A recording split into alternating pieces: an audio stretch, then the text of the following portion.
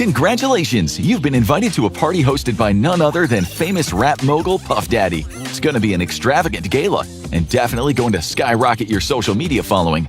But when you get there, it's just Diddy and a few of his close friends looking like plankton in his basement dungeon. And you're being told to take a bottle of lube to a private room to prepare yourself, all while Diddy licks his lips and looks at you, whispering to himself, "I was in one bedroom, dreaming of a million. Now I'm in beach houses, cream to the ceiling." As you're about to find out, one of Puff Daddy's most famous lyrics could have been quite literal. 1,000 bottles of lube, enough to fill a very large aquarium. This was the shocking discovery inside of one of Puff Daddy's homes after a federal search warrant was executed against him. And all of that lube? Well, it was meant to be used by some of your favorite celebrities in what Diddy called freak-off parties.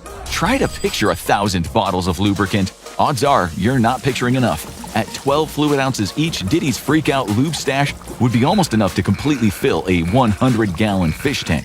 So why did Diddy need enough lube to create a slip and slide that could stretch across the entire length of a movie theater, from the lobby to the front screen? And we mean that literally. 1,000 12-ounce bottles equals about 93 gallons, which would let you cover a slip and slide 6 feet wide and around 630 feet long with 1 millimeter of personal lubricant, or a total surface area of almost 350 meters. At Diddy's movie theater, you could slide in the front door on a cushion of sex lube, whiz by the concession stand for your popcorn and soda, and then slide into your front row seats right by the big screen. And what's playing in Diddy's theater? Well, one of his personal home movies, but more on that soon. First, let's talk about enough lube to drown an elephant seal. Americans buy in bulk, as we know, and there's a Costco right down the street. These are actual statements from P. Diddy's lawyer in response to the discovery of 1,000 bottles of lubricant and baby oil at Diddy's home. While it is true that Americans enjoy bargain shopping from big box stores, most Americans also don't need enough lubricant to fully insert a Minuteman intercontinental ballistic missile into a missile silo that is a little nervous because this is their first time. The public discovery of Diddy's freak-off parties come alongside startling revelations from the numerous criminal cases against him. In 2023, Sean John Combs, aka P. Diddy, aka Diddy, aka Puff Daddy, aka Lube Daddy, aka P. Slip and Slide, aka Federal Defendant Number 1, saw his entire career unwind with allegations that he had abused and exploited former girlfriend Cassandra Ventura, also known as Cassie. He was 37 years old and she was just 19 when they first met, quickly making her financially and career dependent on him. At these freak-off parties, it's alleged that he forced Cassie to perform acts on others against her will. The case would be settled out of court without the terms of the settlement being publicly revealed. However, it's likely that this included a very large financial compensation. There's no word on compensation for Diddy blowing up Kid Cudi's car after he became enraged to discover that Cudi had been dating Cassie. Given how much lube Diddy had on hand, getting his car blown up was the least of Cudi's worries. But Cassie's lawsuit was the tip of the iceberg, because Puff Daddy, aka Lube Master 3000, was already facing several other cases for exactly the same type of behavior. And front and center of these allegations were P. Baby Oil Diddy's freak-off parties, for both legal reasons and to protect their reputations. It has become incredibly difficult to get solid details on what exactly went on at these freak-off parties from those who attended. But it doesn't take much imagination when there are literally 1,000 bottles of lube and baby oil involved. Odds are, with that much lubricant to make things nice and slippery, Diddy and his guests were not hosting a chess club.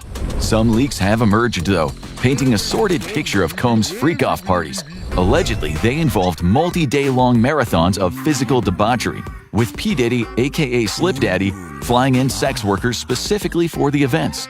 That particular allegation seems to have some basis in reality, as amongst the many charges Diddy seems unable to slip out of are related to sex trafficking across state lines, for which he is being prosecuted under the infamous Mann Act. Allegedly, Diddy's flesh fests would begin after his famous white parties, which would attract major celebrities such as Leonardo DiCaprio and Mariah Carey. However, after the A-listers left, Diddy would put on a completely different show for a select group of friends. Michael Kaplan of the New York Post, who broke details on freak-offs, reported that Diddy would lure in women whom he was personally managing or had met at various adult clubs, along with sex workers.